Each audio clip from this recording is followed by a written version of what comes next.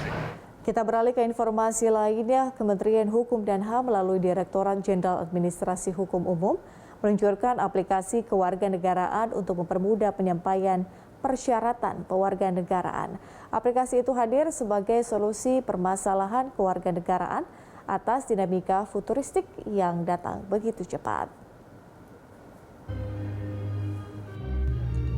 Negara mempunyai kewajiban untuk memberikan perlindungan dan kepastian hukum bagi anak hasil kawin campur sebagaimana diatur dalam penjelasan Undang-Undang Nomor 12 Tahun 2006, bahwa Indonesia menganut asas perlindungan maksimum, asas pengakuan, dan penghormatan terhadap hak asasi manusia. Undang-undang ini diharapkan dapat menjadi produk keadilan transisional untuk pemulihan status kewarganegaraan kelompok-kelompok yang terdiskriminasi.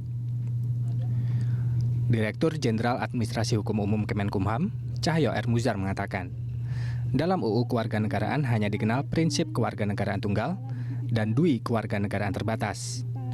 Artinya, seorang anak dapat memiliki kewarganegaraan ganda hingga usia 18 tahun.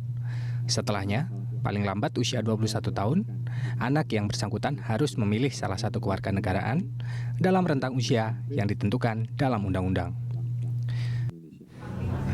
Pada akhirnya memang ada yang memilih warga negara Indonesia, ada yang asing. Yang memilih warga negara asing juga bukan karena mungkin bukan pilihan yang secara sadar, mungkin karena memang pemahaman atau akses informasi terhadap batas waktu ini juga tidak diterima dengan baik.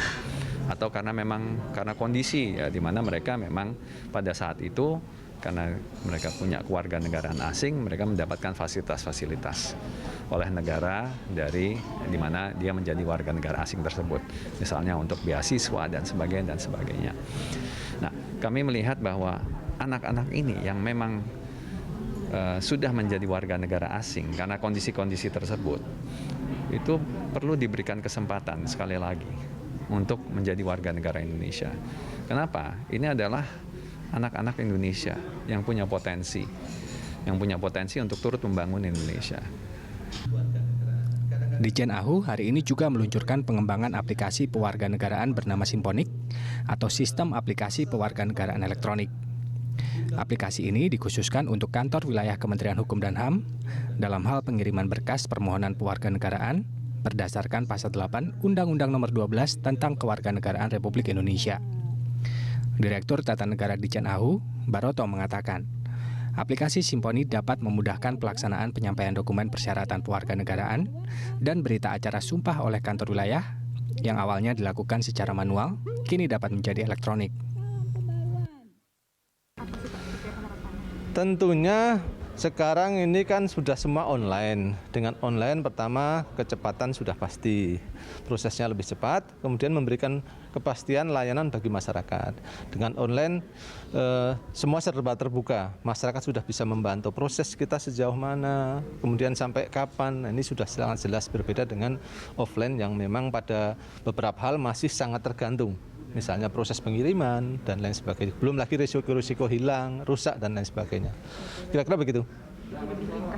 Ya. Setelah peluncuran aplikasi Simponik, siapapun dapat mengajukan permohonan melalui aplikasi tersebut. Pemohon dapat mengetahui alur proses permohonan mendapatkan kewarganegaraan Indonesia, sekaligus penyelesaian permohonan dapat dilakukan dengan lebih cepat. Putri Amanda, Fatan Jauhar, Berita 1, Jakarta.